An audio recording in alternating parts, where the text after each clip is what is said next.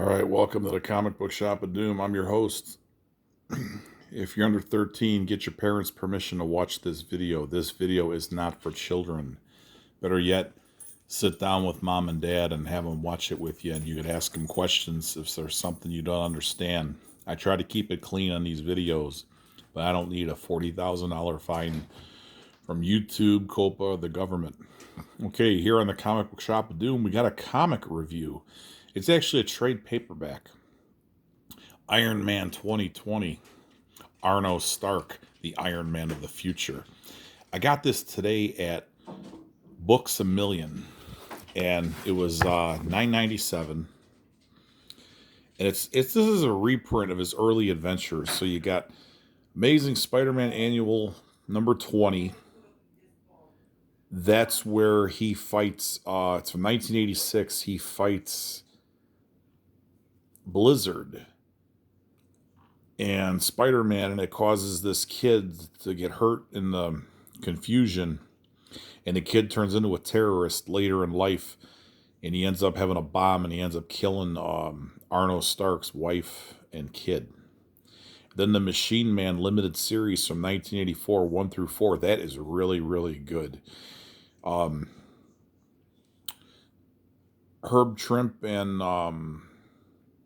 Barry Windsor Smith do the art, and Tom DeFalco was the writer. It's a really good, and Death's Head, never was a fan of Death's Head.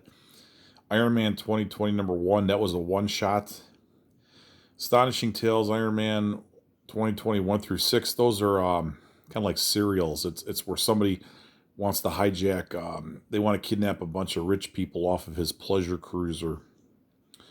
And then the What If one was, what if he was stuck in the past, where when Spider-Man fought him in Annual 20, he damaged the armor, because he goes back in Spider-Man Annual 20, he goes from 2020 to 1986. So it's really good for what it is. And the artwork varies. There's a good picture of him on the inside. So there's the cover. The Amazing Spider-Man Annual number 16. Or actually 20. Annual number 20, 1986.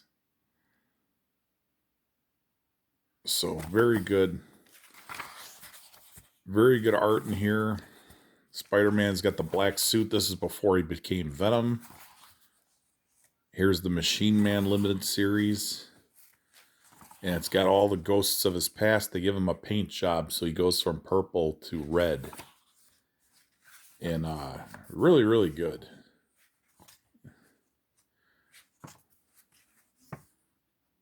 Then here's the Death's Head one. I never liked Death's Head as a character. So here's the one shot where he gets a new wife in here. So he ends up marrying this chick. It was in later issues. I didn't know he got remarried, because these issues here are Astonishing Tales. I never got these. I never got the Death's Head one either. So if I would have bought these individually, it would have cost me more than the $9.97 for the trade paperback. Here's the artwork, a rough page from the mini series. This was always a really good comic book, and this guy is such a the character. They've never really done anything with him. I mean, they portray him as a villain, but he's really just a smug, kind of like a prick, like a jerk.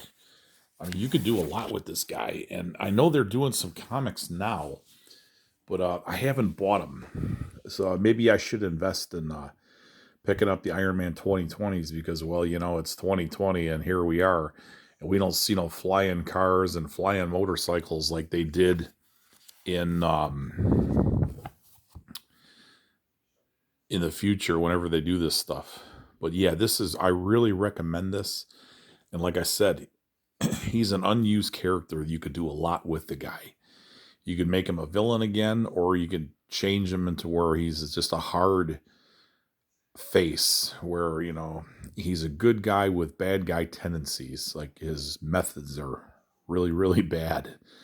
But I recommend this if you pick it up. Books A Million, $10. Everybody have a good night.